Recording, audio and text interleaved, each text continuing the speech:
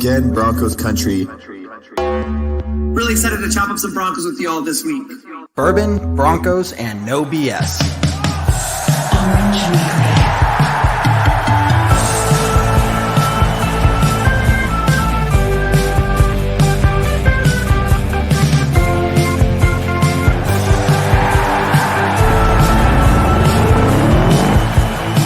It is the time, your favorite time of the week.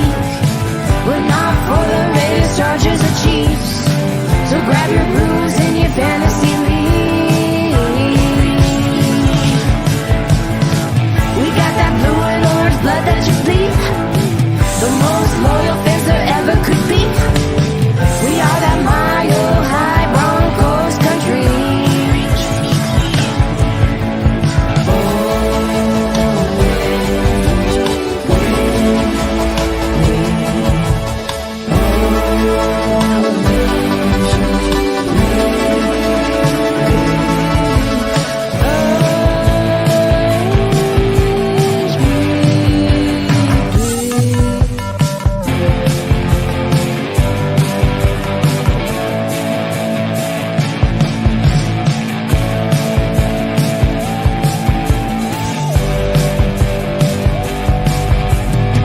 Orange Weekly. Fans, brews, and Broncos news.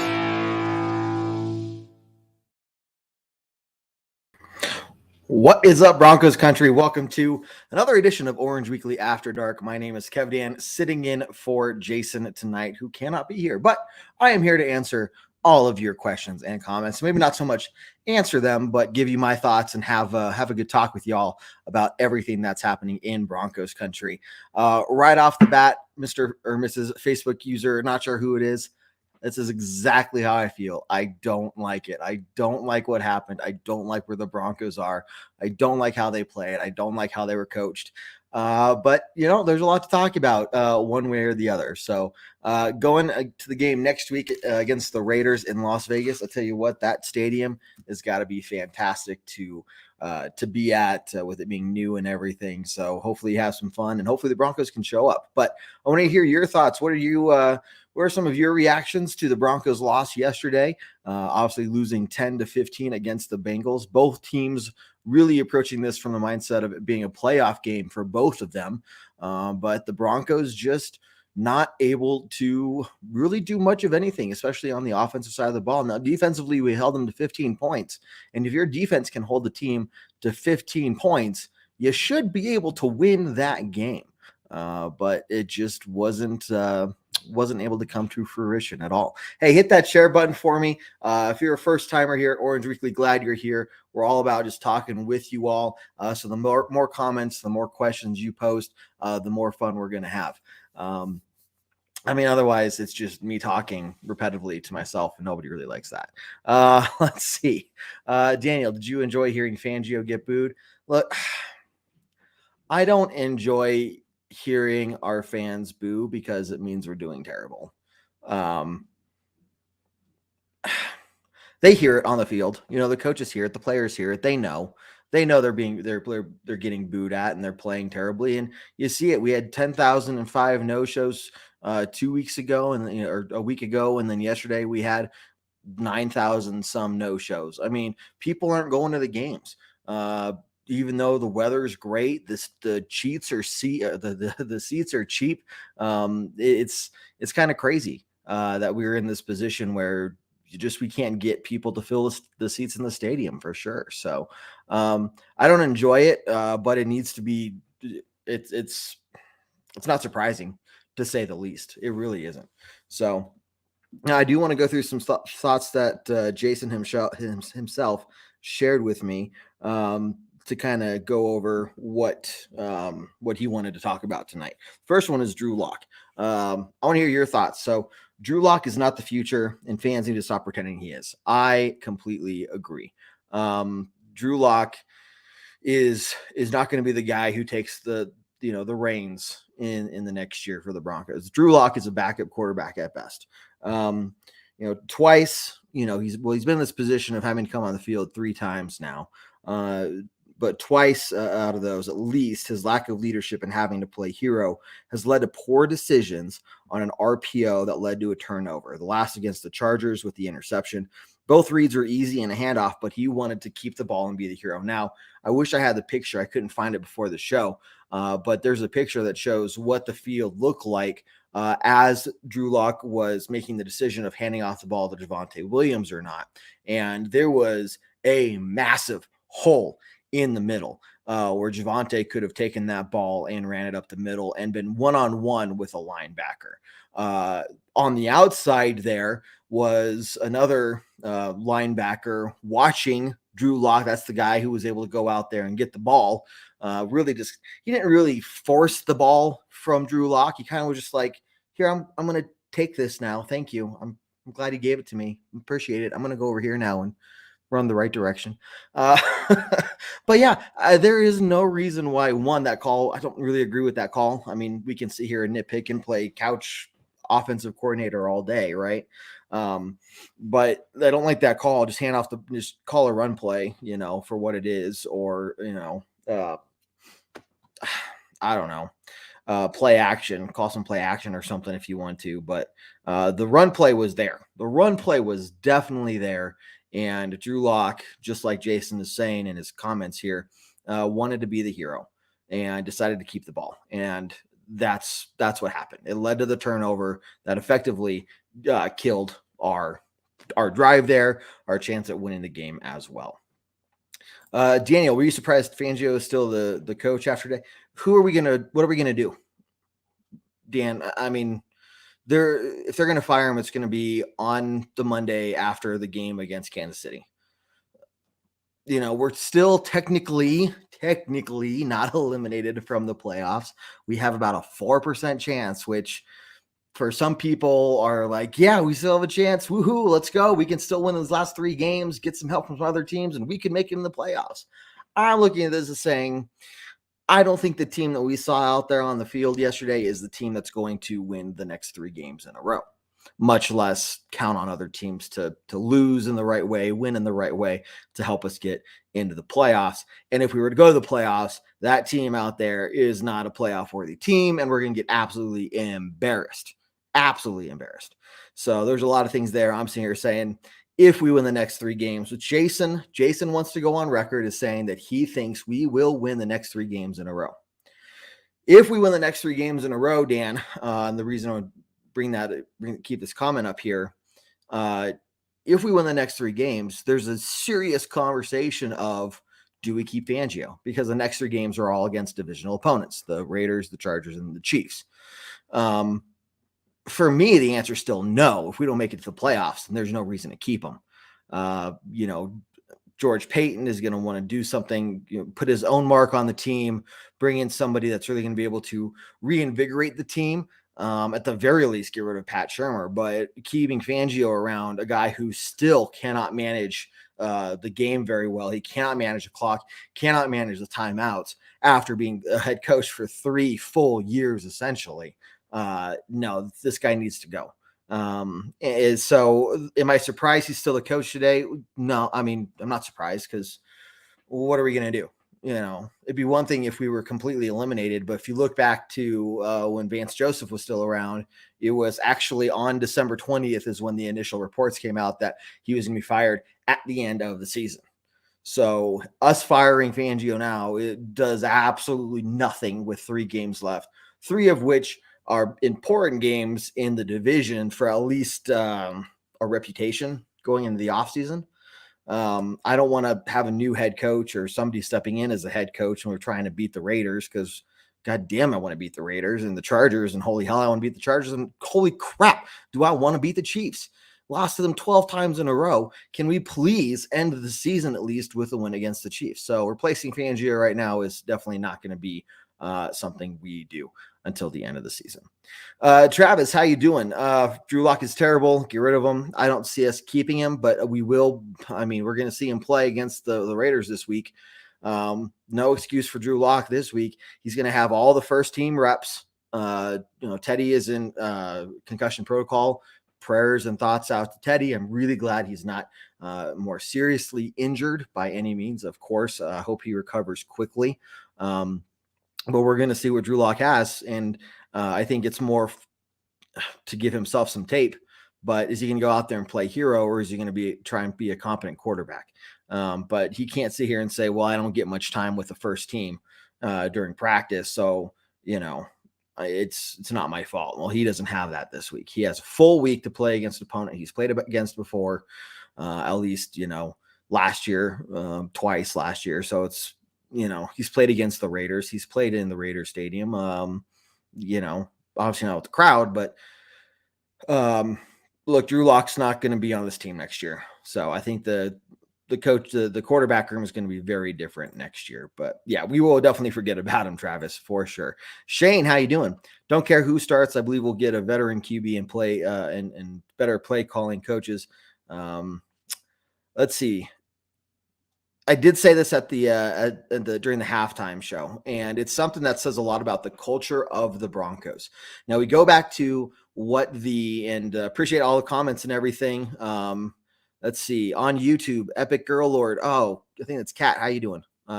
Maybe I'm mixing up my names, but glad you're here on YouTube. Everyone, make sure you go follow us on YouTube as well. Appreciate you watching us over there. I did say this at the halftime show, and it says a lot about the culture of the Broncos. Now, you have a team in the Broncos who the whole week leading up to the game is saying, this is a playoff game for us. The rest of the season are playoff games for us. Essentially, we're going to treat it like a playoff game. We're going to go out there, we're going to play like a playoff game. And one, they didn't. They're very flat, especially on offense all game long, very flat, weren't doing much of anything. But here you are. Show me a team in the NFL. Show me a playoff team in the NFL that with 2 minutes on the clock and 3 timeouts does not play for a touchdown. The play calling should and would. If the Chiefs had 2 minutes on the clock and 3 timeouts, they're throwing the ball. They're making aggressive play calls to try and get a touchdown before the end of the half, regardless of if they get the ball after the half or not. Because then, let's say you don't quite get the touchdown, you're probably still going to be in very good field goal range. What you saw from the Broncos, guys, was the Broncos went out there and they decided we're going to dink and dunk, couple runs, some 5-yard passes here, a couple short passes there. We're just going to make sure we get ourselves in somewhat of a field goal range. And they did. And that was a very manageable field goal distance for McManus. And McManus missed that kick, which cannot believe why McManus missed that kick. But the whole team, essentially, you're looking at during the game fell apart. It wasn't just the quarterbacks. It wasn't just the coaches. Looking at people like McManus, and dude, how could you not make that kick? Hey, Cortland Sutton, we just gave you this big contract. You dropped the ball 3 times. Hey, Tim Patrick, you dropped the ball once, if not twice as well. Yeah, good job on that touchdown, but you still dropped the ball a couple times. The whole team lost this, but the mindset in the team is let's just try to get a touchdown or let's just try to get a field goal, and hopefully that's good enough. This is a team that's going for hopefully this is good enough. And that, ladies and gentlemen, is my problem with the Broncos team right now.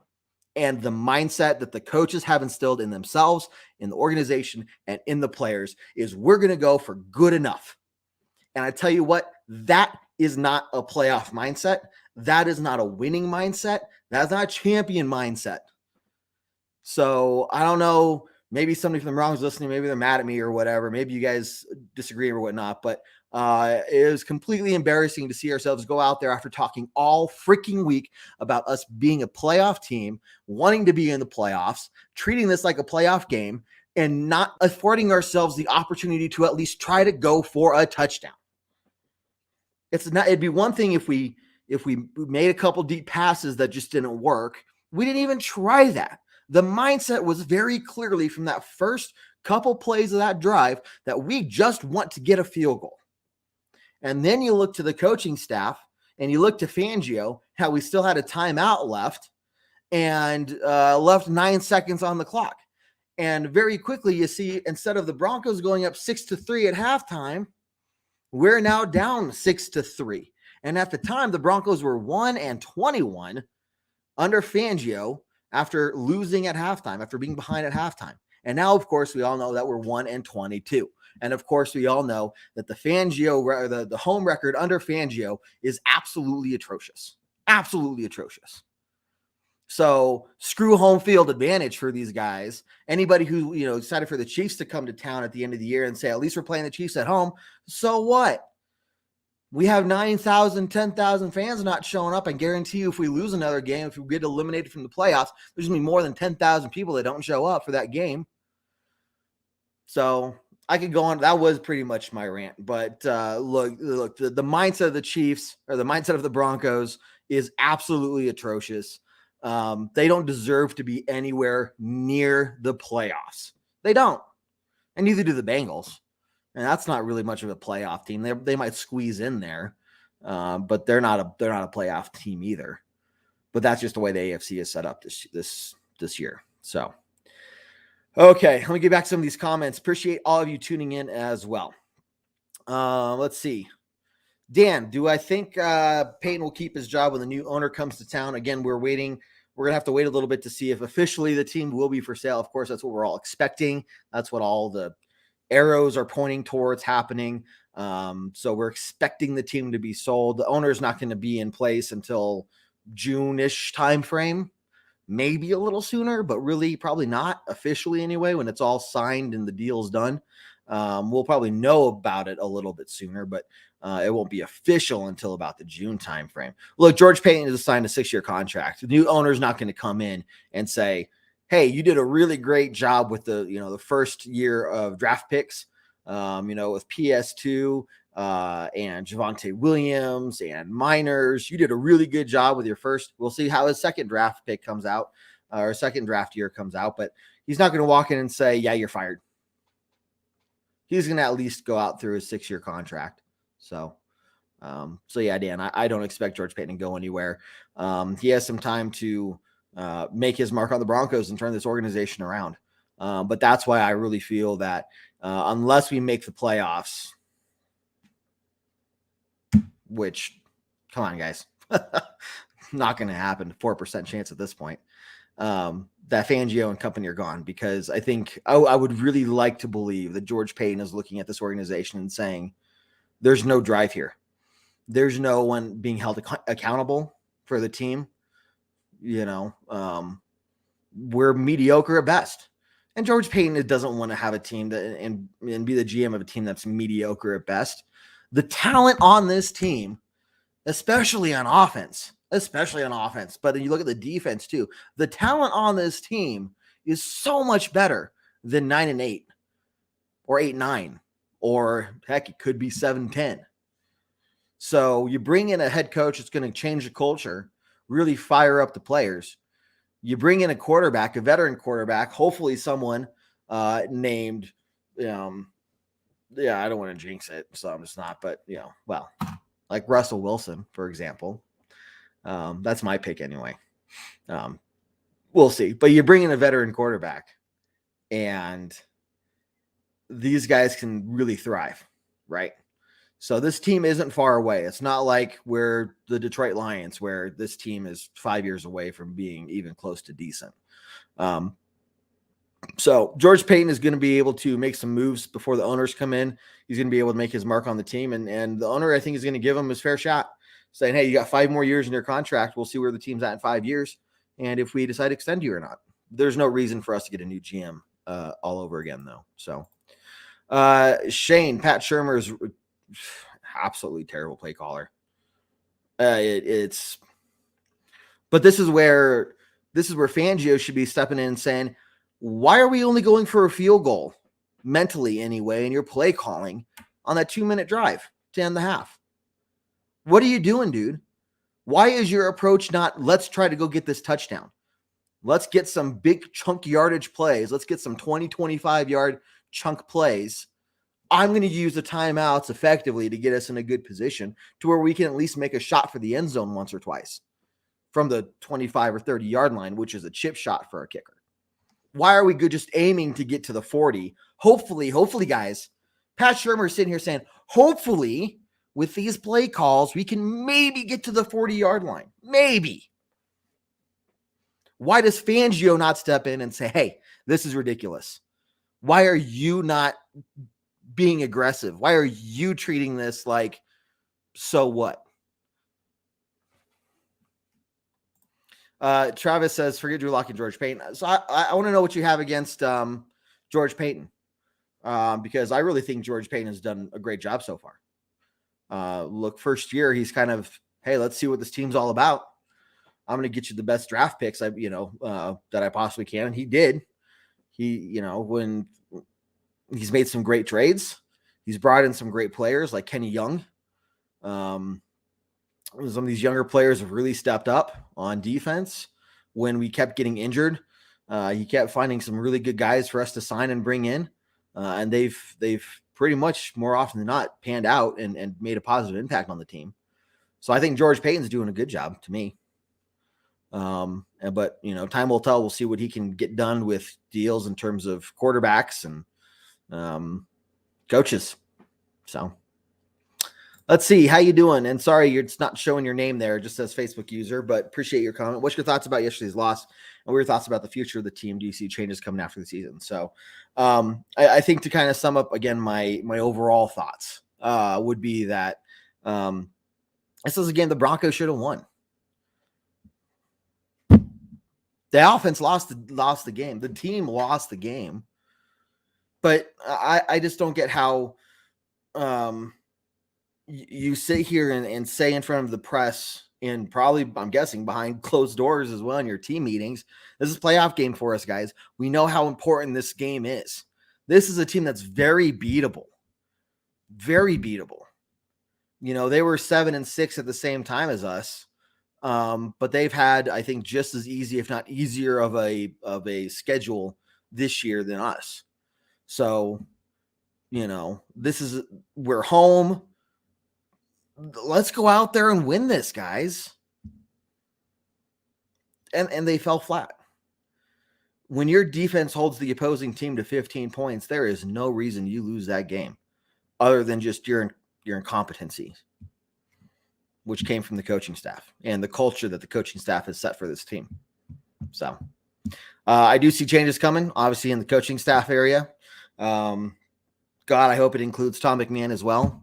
I don't know how he still has a job at all. I don't know why anybody would hire him as a special teams coach, but he's still with the Broncos. Makes you look at Vic Fangio and say, what he did. Why? I don't know. But yeah, so I do see changes coming to the coaching staff, to the quarterback room especially. And I think you get some competent people there and some people that can build some really competitive, a really competitive culture in the organization. I think you're going to see a very, very, very different Denver Broncos in the years moving forward in a good way. So that's what I see. Yeah, Shane, it's like they're probably going to say, yeah, of course we want to be in the playoffs. We're an NFL team. Of course we want to be in the playoffs. Why would you even ask that? But then you look at their tape. You look at the replays from the game. You don't want to be in the playoffs. If you did, would you drop those 3 balls, Cortland Sutton? Drew Lock, would you really not hang on to that ball for dear life if you decided to hold, instead of pass it off to Javonte Williams, which you should have done in the first place? They don't really. There's no drive. And they may honestly believe, they probably honestly believe that, of course, they want to be in the playoffs. They don't deserve to be in the playoffs. Not with their culture, their mindset, their play on the field, the other games they dropped this season. Let's not forget about the game against the Steelers. Let's not forget against the game against what we lost to the Browns, the Eagles. Those are 3 games we should have won. Now we have 4 games we should have won. Even if we only won 3 of those, we'd still be looking at a team that, has 10 wins already this season. It's 10-4 right now. But we keep losing to teams that we should beat. And why is that? Not just a fluke. First time, maybe, sure. Second time, no, probably not. Third time, definitely not. Fourth time, yeah, you're just a bad football team. Period, out the end. Gus, how you doing? Glad you're here. All the big paid receivers can't catch a cold since they got paid. Look, for all the crap I'm throwing at the Broncos right now, I look, still wearing the gear, still got the stuff on the wall behind me and in my office. Orange Weekly's been around for 6 years. We're not going anywhere. We love the Broncos too. I love them. I'm not going to stop going to games. It's just incredibly frustrating as a fan to see the talent this team has and how poorly mismanaged they've been up to this point over the last, since the Peyton Manning years. So I see positive changes coming though. So, you get a Russell Wilson type of guy up in here, and hopefully those receivers can figure out how to catch and hopefully not just cold. Let's see. Travis, are you saying Peyton doesn't believe in a new QB or a new coach? Because I don't believe that, if that's what you're saying. There is a scenario in which we keep Teddy Bridgewater, and that would be if we don't get Aaron Rodgers or we don't get Russell Wilson, and there's nobody. At that point, you sign Teddy Bridgewater if you don't get another veteran for another year. So, but hopefully that doesn't happen. Now, if I'm the Denver Broncos as well, I'm going to look at what's going on and I'm going to say, hey, Teddy, your health's more important than anything right now. You're done for the season. Not because you're necessarily your game play or whatever. Look, this one I wanted to see what Drew Lock had anyway, right? We're essentially eliminated from the playoffs, essentially, not mathematically, but pretty damn close to zero. So, let's go out there and see what Drew Lock has. And maybe we keep him as a backup. I don't know. But he has this hero mentality. It seems like Drew Lock, when he goes out there, he says, here's my chance to win back the starting job. No, dude, you're the backup. You will not be the starter for the Denver Broncos. You are a backup, and have the mindset a backup quarterback has is different than what a starting quarterback has. The backup quarterback should go out there, not turn over the ball, not be the reason we lose the game. He doesn't necessarily have to go out there and throw for 300 yards and 5 touchdowns. And dude, just move the ball effectively, manage the game on the field, keep the offense moving, and protect the football. Nothing flashy, nothing fancy. But what does Drew Lock go out there and do? He tries to be the hero, and it bites him in the ass every single time. And it loses us the game every single time. So,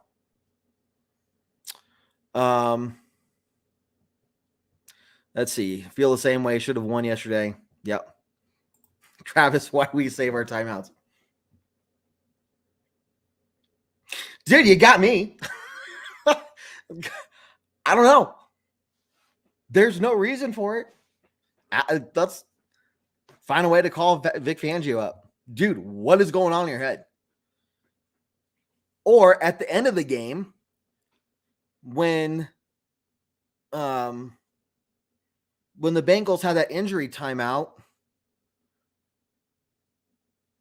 stops the clock, and the Bengals could have run the clock down to about 2:11 or 2:10 or something like that.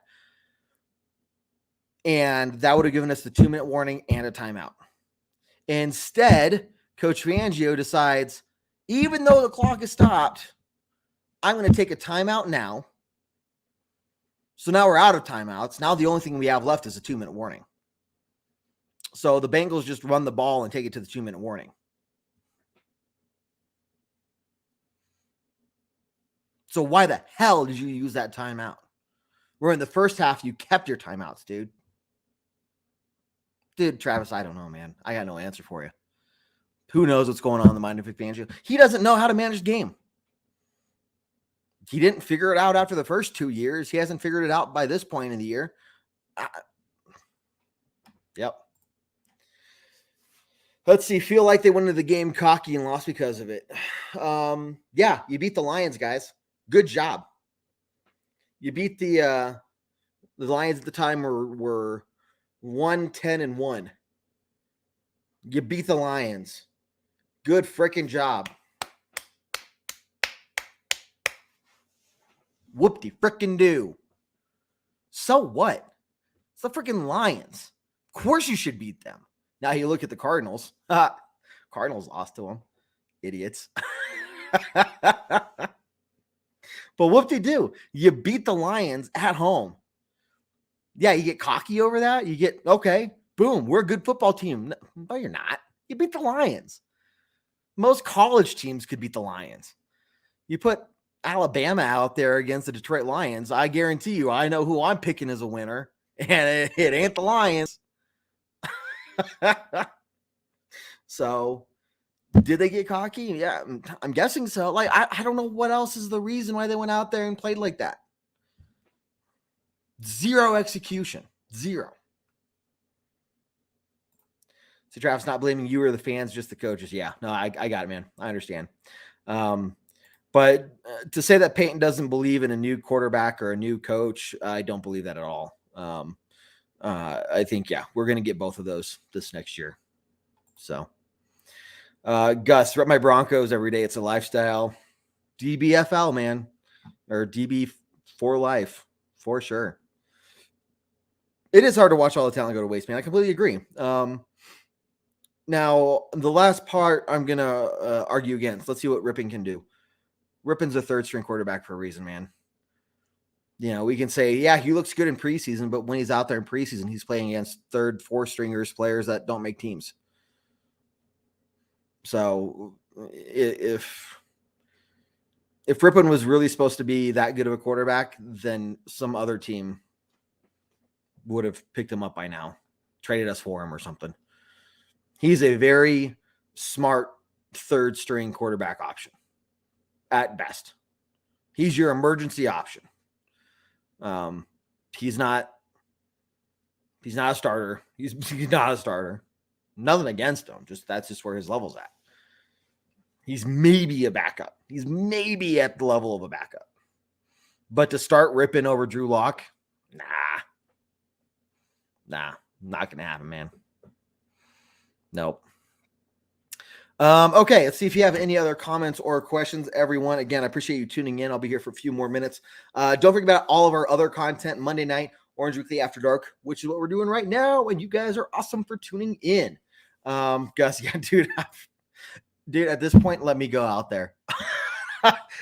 How you go out there and I'll be the freaking receiver, see if I can catch better than Cortland Sutton. I'm not making fun of you. I'm saying, like, I'm frustrated too. Like, you know what? If we're going to go that route, let's get some of the fans involved and see what we can do and maybe make the team. God, I wish, right? Let's face it, I'd be more of an offensive lineman. Drink too much beer. See what other comments Jason has here. Let's see. Bridgewater being safe and making business the decisions narrative is dead. Completely agreed. This is from Jason, the normal host, by the way. Gus, I'll call the Broncos tomorrow and say, hey, we're interested in trying out. So Bridgewater, you know, he played a full half versus the Chargers injured. He did. He dove headfirst to get a first down, ended up in the hospital. He's not a top 10 quarterback, but anyone questioning his hard competitiveness at this point is either ignorant or unwilling to look beyond one play that happened in a game where no one gave effort. And again, Jason is going on record to say that the Broncos will win the next 3 games. I unfortunately don't believe that. Not with this team. Because the Raiders are trying to get in the playoffs, Chargers are trying to get in the playoffs, and the Chiefs are going to be trying to get the number 1 seed in the AFC. So maybe you win against the Chiefs if they have clinched the number 1 seed in the AFC and they're just going to rest some of their players. But they're also going to want to try and keep that win streak against us alive, demoralize us for next year, you know. So I don't see this team winning, guys. I hope they prove me wrong. But the fact that they said that this is their chance to go out there and start their playoff run, and they go out there and play like that, what makes me think that they're going to win against the Raiders or the Chargers on the road? I don't see it. Let's see. Do I think it's Joe Ellis's fault? Dude, it's everybody's fault at this point. To say it's just one person's, I can't point a single finger at just one person. But the whole ownership debacle in general, I could say, is a huge part of why the Broncos are at where they're at.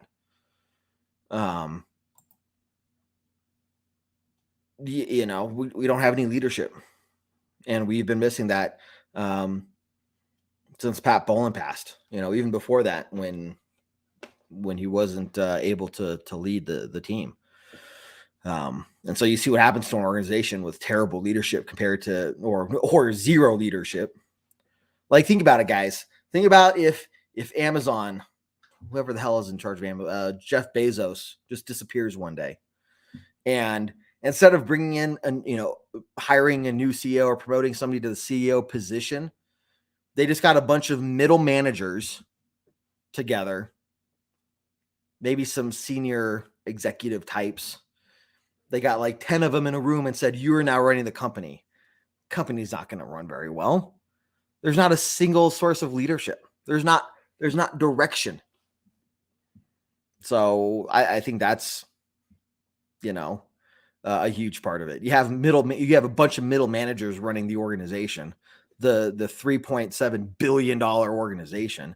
That's not going to work. And very clearly, if you're considering this to be an experiment, it doesn't work. This is why you have to have an owner in the NFL. You have to have somebody providing distinct and direct leadership and direction. So, Travis, I think Pat is upset with the Broncos. He's probably yelling at them just as loudly as we are. Like, what are you doing? But and again, rest in peace, Demaryius Thomas. Him and DT are up there having a good time together, sharing stories, playing some ball. So, I don't think they're too worried about what's going on down here, but they're having some good times up there together. I guess so. It looked like because I watched that replay several times. It looked like he fell wrong, like he fell on his shoulder and his neck.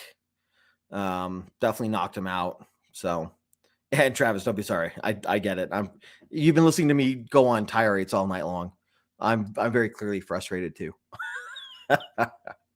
So, okay. As I was saying, I think earlier I kind of stopped. So don't forget, we have this show Monday night, Orange Weekly After Dark starts after Monday Night Football. We also got Tuesday night, 7 p.m. Mountain Time, Bourbon Broncos No BS. Grab your drink, come by and hang out and relax with us as we talk some more Broncos. We got the pregame podcast, postgame podcast. You can check those out on YouTube. Make sure you go over and subscribe to our YouTube channel, please. In fact, I'll pull up the link here for everybody. And game day, we have the tailgate talk about 1 hour before kickoff. You can join us for some fun tailgate talk. And then don't forget about the original Broncos live halftime show, which is the halftime hash here on Orange Weekly. We started that 6 years ago. Anybody else who is doing a live halftime show may have gotten the idea from somewhere else, or they're way behind the power curve because we've been doing that for 6 years now. So make sure you join the original halftime talk Broncos show, which is here on Orange Weekly. So as soon as you get up to go grab another beer or stretch your legs or whatever, pull up Facebook, pull up Twitter, pull up YouTube, whichever one you prefer.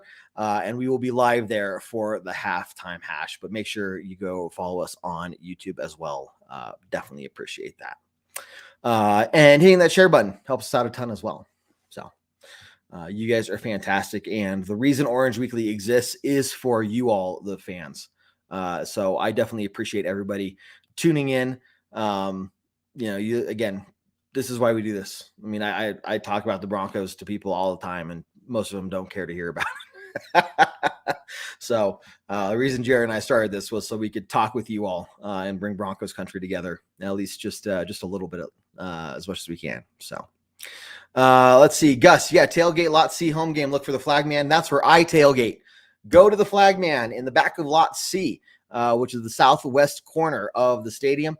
I go there every game. The flag man, Scott, he is fantastic. He is super nice. bring some food, bring some beer or whatever. But whatever's there, very welcoming, very open. It's, kind of just come by, bring something for the group, and hang out with some really, really cool people. But the flag man is awesome. So shout out to him. We were able to get on the Jumbotron for a little bit this last week. So kind of cool. Let's see. But yeah, Gus, thanks for tuning in for sure, man. Shane, thanks for the comments. Glad you enjoyed the show. Gus, Merry Christmas. Merry Christmas to everybody. Hope you have a good holidays with, friends, family. Yeah, I think so. We'll talk with everyone tomorrow night for the tomorrow night show. But otherwise, other than that, you're not going to hear from us again until game day for the tailgate talk about an hour before kickoff on Sunday. So I am going to head out with that, though. Again, thanks everyone for tuning in. Look, hopefully I'm wrong. Hopefully it's just my frustration of the Broncos game. Things turn around for the Broncos and we end up winning the next 3 games. I will eat crow. I will stand up here and say I was completely wrong. I am so glad we won the last 3 games. I really would. I do not want us to tank on purpose. No, that doesn't happen. Teams don't do that, and I'm not asking them to do that. I'm just hoping that they turn around, because otherwise it's going to be a very long 3 weeks. Let's see. Scott made the news Sunday. Did he really? Man, yeah. I know he was interviewed for, was it Channel 5 or was it maybe it was Channel 5. I saw he was being interviewed, so maybe that's who it was. But yeah, so dude, he's fantastic. He's really cool. Daniel, show's awesome. Can't wait for tomorrow night. Well, can't wait for you guys to be here tomorrow night as well. But okay, everybody, again, thank you so much. You're the reason we do this. So as long as you all keep showing up for the shows, we're going to keep producing them. No matter what the Broncos record is. So cool. Well, I'm going to sign off again. Wish you all a good night. If I don't talk to you tomorrow, happy holidays, Merry Christmas. Enjoy the time with your family and your friends. Be safe out there if you're traveling. And we'll see you soon. But as always, take care and go Broncos. Do what I like, yeah, I do what I like, yeah, I do what I like. Sipping goose, if it's right, and I go with the flow, yeah, I go with the flow, yeah, I go with the flow, cause I know I'm the show. In the zone, here I go, in the zone, here I go, in the zone, here I go, yeah, they know I'm a pro.